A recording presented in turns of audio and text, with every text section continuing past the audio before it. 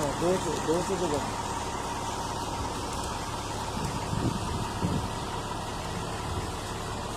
Lawrence from Lawrence, Dyllon, Ashwin, Lawrence nasci dia 1 de outubro, 95 na Aruba. Nos por bis. Girl, what is happening? I was like, nah, I ain't gonna do shit. I'm just gonna let that slide. Hide that feelings, hide those crushes, just leave it. But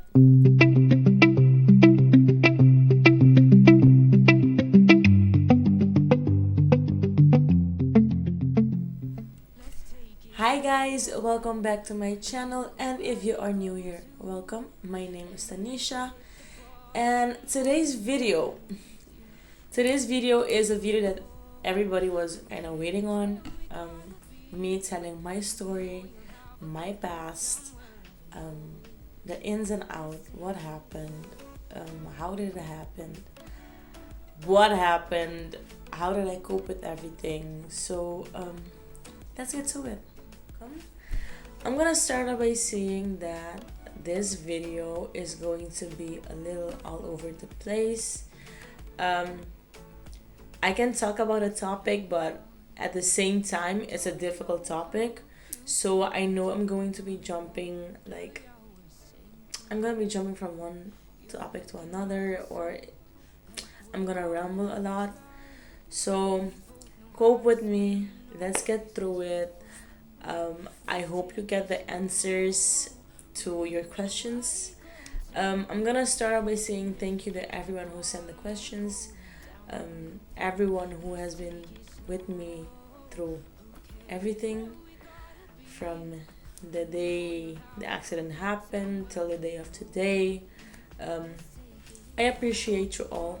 Thank you so much. I don't know how I dealt with the situation or how I'm dealing with the situation if it weren't for you guys. So I want to thank you for that.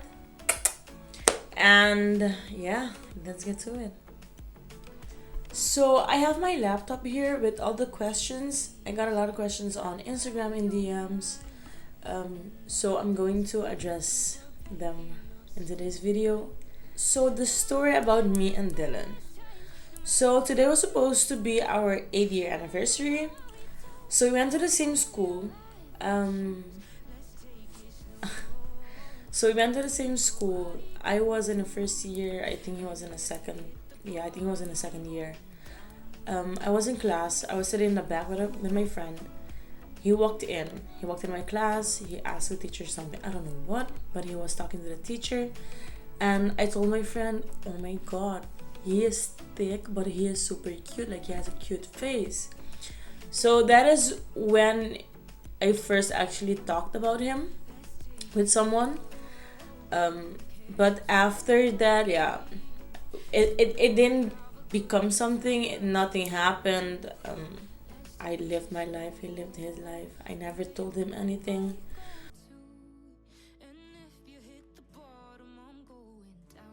Everything started in 2011. We were in the same class, but I had a huge crush on him. He didn't know. He found out during the year though. But he had a girlfriend. Afterwards, yeah, he changed school. I stayed at the same school. He went to another school. Relationship ended between Dyllon and his girlfriend. So that is where I kinda sneaked in. We started talking. We went to a concert, and at that concert, he asked me to be his girlfriend. I said yes without hesitating. We were in our 4th year, which is our exam year. We both graduated. We went to the same school, but I did tourism. He did economics. He dropped out. I finished. After that, I told him, I don't know what you're going to do, but I'm going to Holland. Going to Holland with me and live the fancy life and not go to school. So decide what you're going to do. If you want to stay in Aruba, stay, but I'm leaving. So we one way or another, like, we made it happen. But at that time that we were planning, that we were coming to Holland, like, we broke up in that period. He came in like June, I came in July. We weren't even talking, and we rekindled around we started talking back around September, August, September, and that is where everything started again. And we lived a year in Holland. We went to Aruba for summer vacation. I was already 2 weeks there. He was about to celebrate his 1 week in Aruba when the accident happened, and that is where my life changed completely. I received a lot of messages about moving on, if I moved on, when is the right time to move on. To be clear, you will never move on.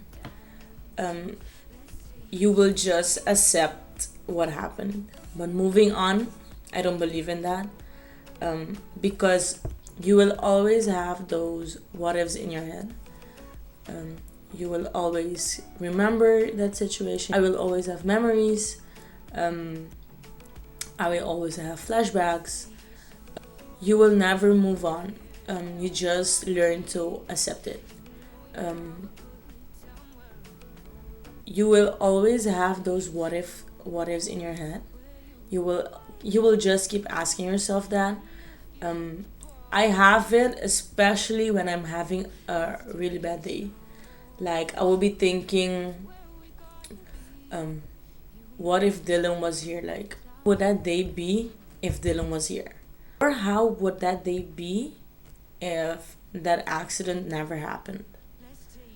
I don't think I can't say that I moved on. Like, I accepted it, but not that I moved on, because I still remember those days. Like, I still wish he was here on birthdays. I still wish he was here on anniversaries, on special occasions. So I don't think moving on. I don't think I moved on, but I did accept what happened, because I can say that because I took the step to, okay, now it's my time to grow. Now it's my time to get to know myself. So that is where I know I accepted what happened. I got a question. How did I move on knowing he was the love of my life and opening up myself again?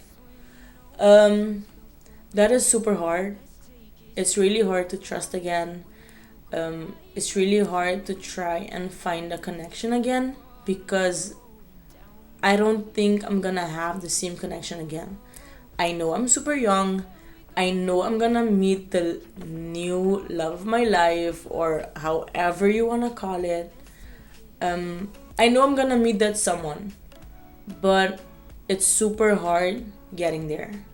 When the time is right, it's gonna happen. But for now, in talking like today, 7th of October 2020, I can't feel a connection as yet.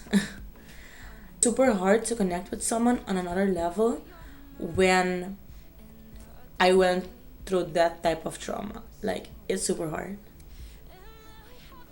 What was harder, moving on or smiling when I went back to Holland?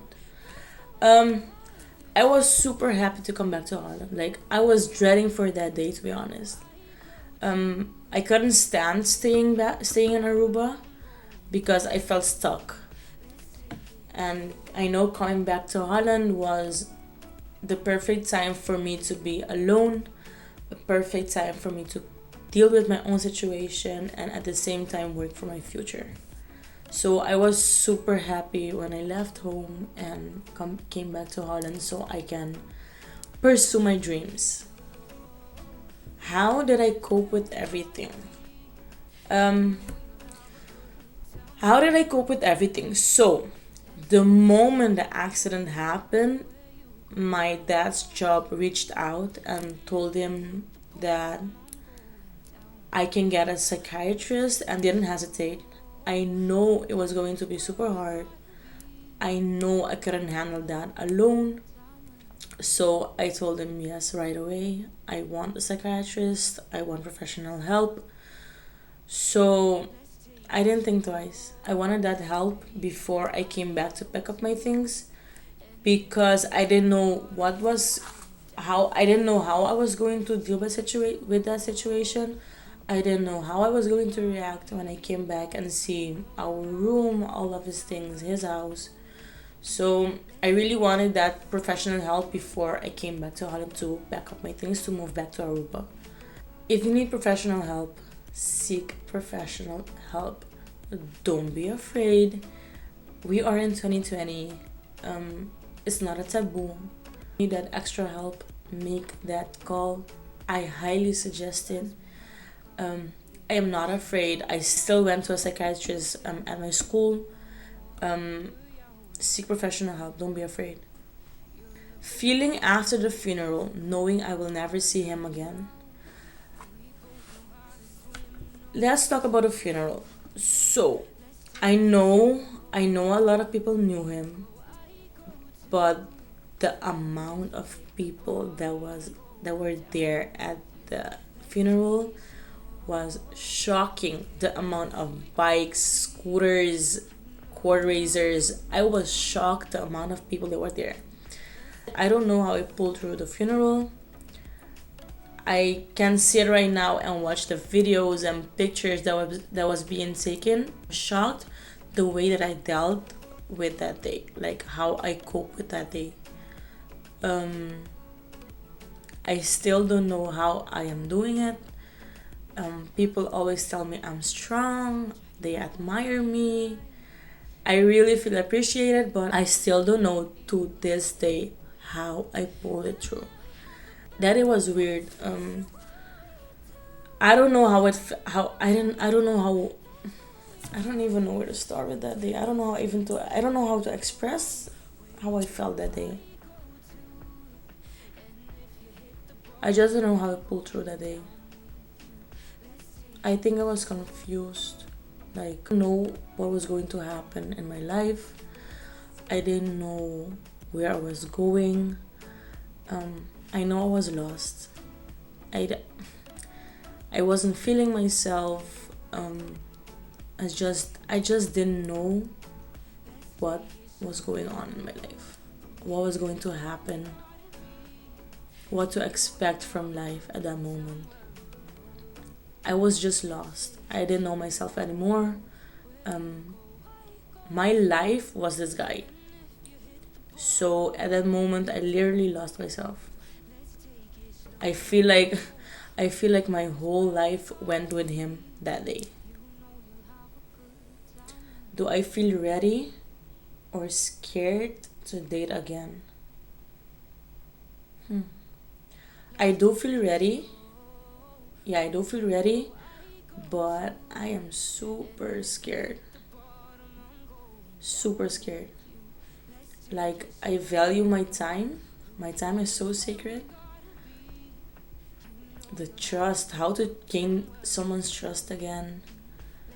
I think the most hard part for me is getting someone who can accept me and accept my past. I come with a baggage, so not everybody is not everybody is ready or open-minded enough to receive me and my package. Not every day is going to be flowers, rainbows, and butterflies, because I still get anxiety and panic attacks. You need to accept me and my story and my baggage. So I am ready, but I am super scared at the same time. Super scared. Can't even imagine. What happened after the accident and the hardest thing to do after the accident? The hardest thing for me was getting to know myself. I am still in that process. When I moved back to Aruba, it was super weird. I lived on my own for a year. I had to move back with my parents. It was weird. It was weird being home and being in a way alone because I didn't have him. The hardest thing is getting to know myself. I was super happy when I came back to Holland, but at the same time, that was also my next challenge. So not being alone in Aruba, but being alone in Holland, without my parents, without my grandparents, without my cousins. Just here alone, living alone, and going to school, a new environment. So that was the hard part after the accident. So these questions, they are very interesting. I knew I was going to get these. Did I ever felt the sense of that before Dylan passed? Nope. I didn't see it coming. I didn't sense anything. Mm-mm. Did I ever felt or saw him after he passed? I did. He was in my dreams. I saw him once. It was super scary. I woke up panicking, like my heart was beating so fast. My heart was beating so fast. I was panicking. I saw him. That dream. I saw him once. I remember he was in jail. He was in jail. I went to visit him. I asked him how he was feeling. He told me, Tanisha, I'm okay. And with his smirk, like his usual smirk, sneaky eyes, like his face, I saw it all. It felt so real. I remember him telling me, I can't wait to go home to swim in the pool. Like he has a pool at his house. So he told me, I can't wait to be home to swim. I woke up panicking, like my heart was beating so fast. I didn't know how to process that situation. It took me a while to literally say like, oh, what the fuck. He was in my dreams. What the hell was that? Remember, I touched his hands. I felt him. Like he has those like rashes. He had sensitive skin, so he had rashes like right over here. So I literally felt like it was so vivid. Damn. Next question. My biggest regret, for example, if I didn't tell him something. This question, I don't regret anything. I don't regret how our relationship went. I don't regret our ups. I don't regret our downs. That made us who we were. If there is something I am super happy about, is that he knew everything. He knew how I felt. I always told him like everything how I felt. Like no doubt he didn't leave this earth without knowing how much I appreciate him, how much I loved him. During our ups and downs, he knew everything. I was super open with him. So no regrets. No regrets. When did I know he was the guy for me? I don't know. Like, I can't even remember. I was 15. Like, I just knew when I was 12, 13. Like, he was cute. He was chubby. He had a huge freaking ass. He was chubby with that huge ass and that cute face. And when I met him, he was a family man. Like, his mom, the queen. That is when I knew, like, yeah, he's the one. Did he ever cheat?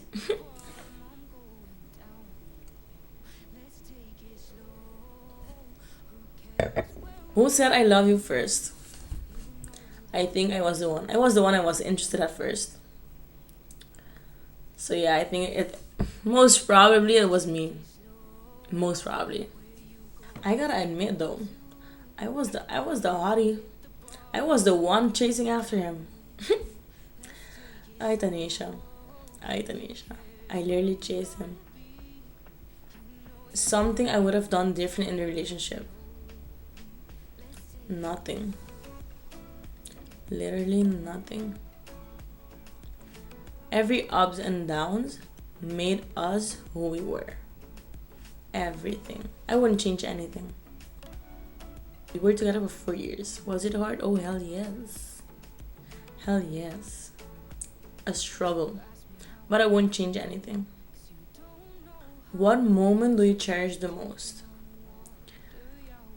Every moment we spent together in Holland.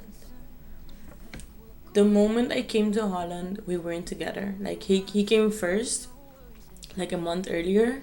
I came after. We weren't together. But during the months, like I came in July. There were days we weren't even talking. Days were passing by that we didn't even talk anymore. Around September, yeah. We started literally talking back in September. That is where we kind of rekindled. We started dating again.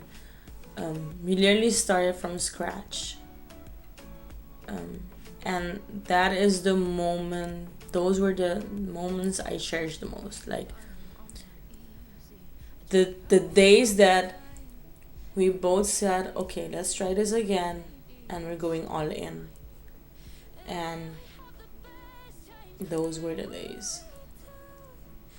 Those days were the best. The Holland days, the days we were living together, getting to know each other on another level. At the same time, everybody was pursuing their dreams.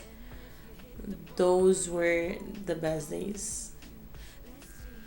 Forget about those teenage years, those school years. The year we were together in Holland, that is the year that I cherish the most. How was the relationship between Dyllon and my parents? Relationship wasn't bad. Dyllon just wasn't involved in a lot of things from my side of the family. I was the one who always made compromises, the one that always went to his house, always went to the family functions. But when it comes to my house, that's a no-no. He was a shy guy, so it took a while for him to like open up, but it wasn't easy. What was our favorite thing to do? Eat. We really love to eat. Yeah, I remember those sushi nights. Yes, we ordered so many sushi. Went to his house. The whole family starts eating sushi. Yeah, our favorite thing to do is eat. Mostly sushi. How did the accident affect me? What changed? A lot changed. A lot. It seems like nothing, but at the same time, it seems a lot. Like personally, I changed a lot. I can't even start explaining how and where I changed during the years, but I changed a lot. Like I have a very short temper. What else? I value my time more right now. I value my peace a lot more right now. It changed me a lot. My life changed completely. I am still in the phase of figuring myself out. What I like, what I don't like, what I want, what I don't want. I'm still learning from myself. I'm still learning from others. As I always say, one day at a time. Still growing. It made me see life in a different perspective. At times I do forget about it, but it really made me think like, wow, you were only 22 years old and you left the earth so young. We had so many plans. Like I literally had my future plan with him. Like I saw it already. He was always into motorcycles, into bikes. At that moment, I wanted to be a teacher. I didn't want to continue school, but I told him, you need to have at least a diploma, have some security. So he said okay, because he only had a high school diploma.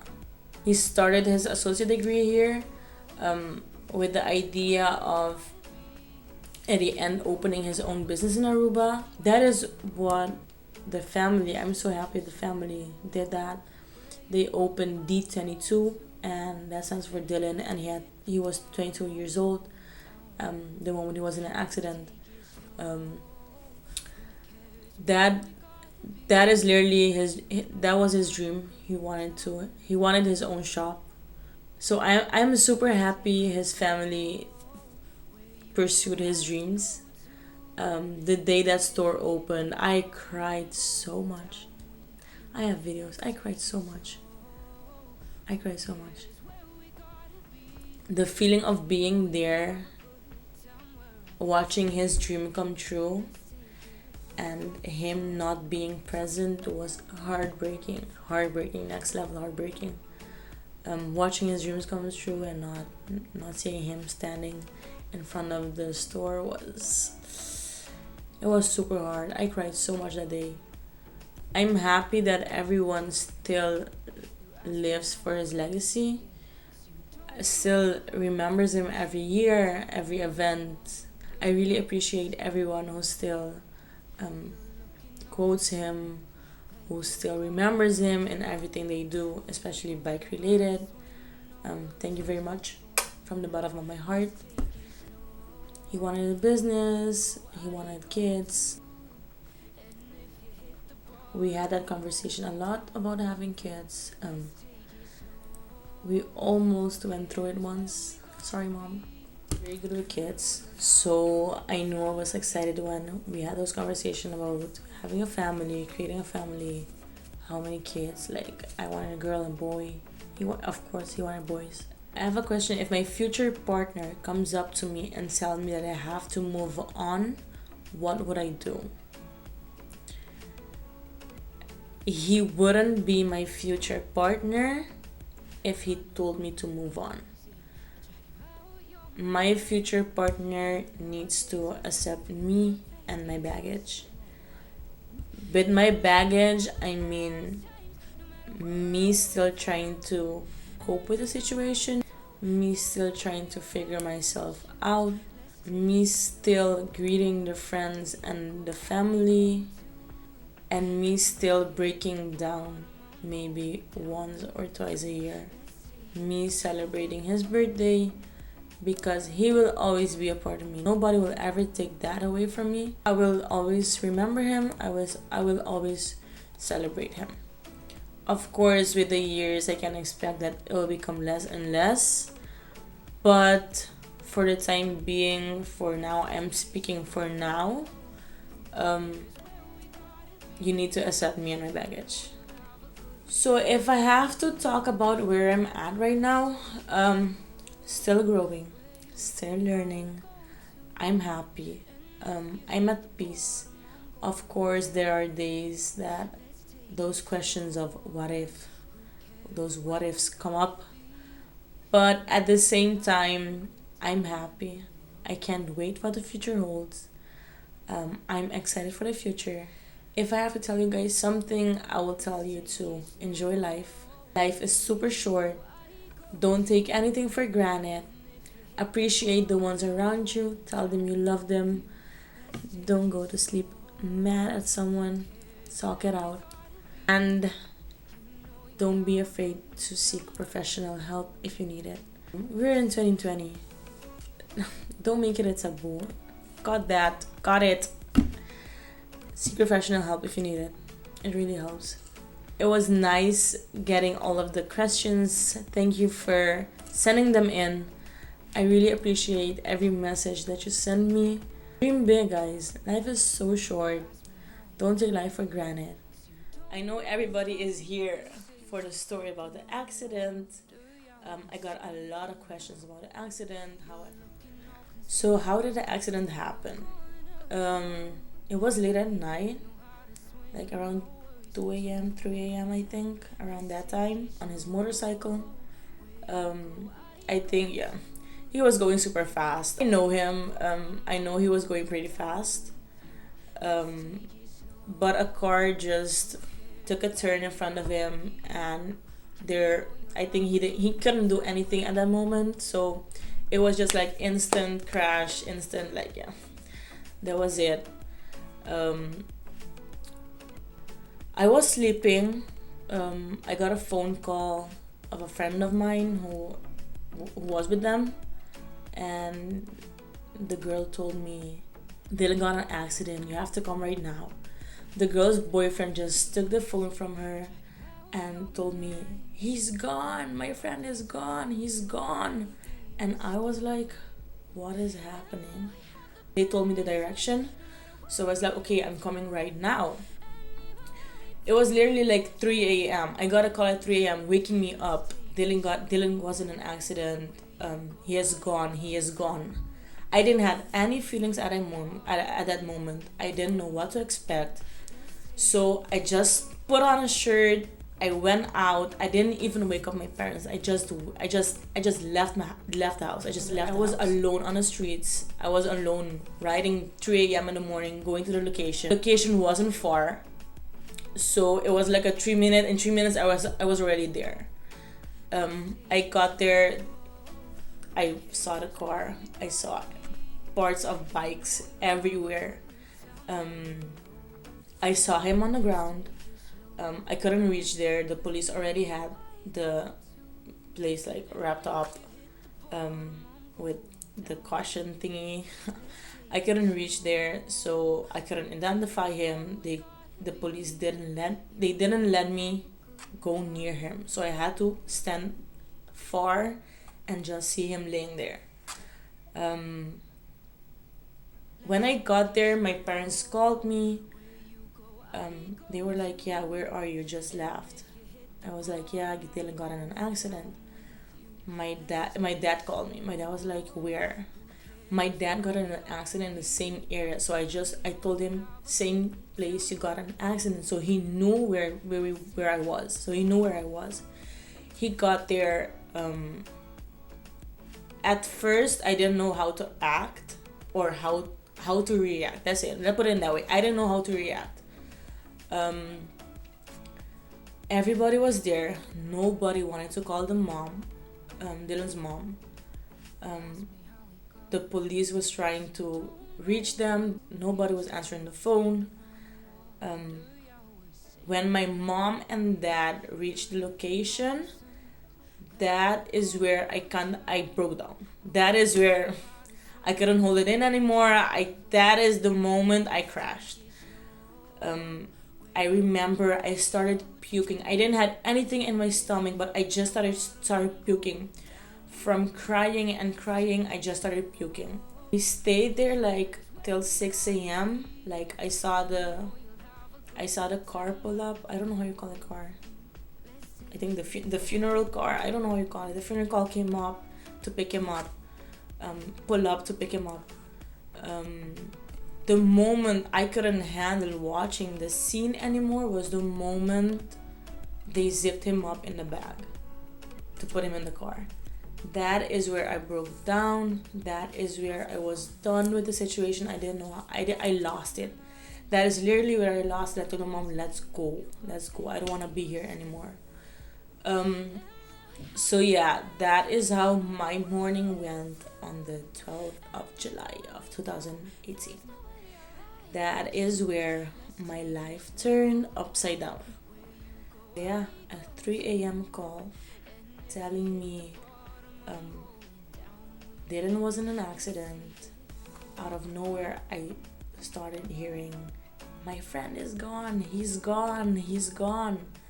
1 minute to another, I was already there, alone on the streets, getting there, seeing him laying there. I couldn't do anything. They had his face covered with like a blanket or t-shirt because his face was so messed up because of the helmet. Yeah, the worst part was watching them zip him up in in the white bag. I remember that clearly. I got a question asking me if we were on good terms when the accident happened. Honestly, no. I was mad. I went to sleep mad that night because I didn't hear from him during the whole day. I didn't know what he was up to. I didn't know he was doing. I was on the road. I had my own things to do, but afterwards, I went to his house because I couldn't reach him. I went to see if he was sleeping, but he wasn't home. Not even his mom knew where he was. When I left his house to go to my house, when I literally reached my house, that is when he called me back, and he explained what he was doing. But I was already pissed. I was already fuming. I was pissed. When I got inside, I took a shower and I just went to sleep. I couldn't handle it. I was so pissed. I told myself I must just sleep it out, take a nap, and call it a day. But little did I know, he had a whole different plan. He decided he was going out. He didn't tell me. When I woke up, I didn't even get a message telling me that he's out with his friends. He didn't tell me anything. So I didn't even know that he was on the streets. So it was shocking to me when I heard, he got in an accident. Like, it's 3 a.m. Like, you're supposed to be in bed. But yeah. Our relationship was good. Like, we were in good terms. But at that moment, I was pissed. Like, I went to sleep pissed that night. But all in all, our relationship was stable. We were good. He just came from Holland. So I was already 2 weeks in Aruba for summer vacation, and he was just he didn't even celebrate a week in Aruba. That 1 week was his last week. Let's put it that way. I'm gonna leave it till here. Don't forget to like, share, comment, and subscribe, and I'll see you in the next video. Thank you for watching.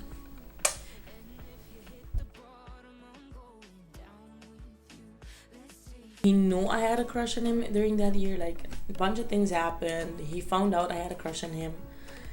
But he had a girlfriend, so I was like, okay, never mind. We started talking. It was BlackBerry time, so we started talking on BlackBerry. BB pin. I didn't want someone at school. I didn't want a boyfriend at the same school as I was attending. So I was like, okay, we can try this now. He wasn't with his girlfriend anymore. So I was like, okay, this is my chance. I received like free tickets to Caribbean Sea Jazz Festival. And I got one for him. My dad took us there. My dad picked him up. We picked him up at his house. We went to the concert. And I remember Oscar de Leon was singing. He was singing. And he asked me that night during the concert if I wanted to be his girlfriend. I was like, yeah, why not? So that is where everything started. It was literally teenage love. I was 15. I remember I invited him for my 15th birthday party. Like, I had a whole quinceañera party, and he didn't show up. I was mad. I was low-key mad. I didn't tell him until we were dating. I was mad that he didn't come.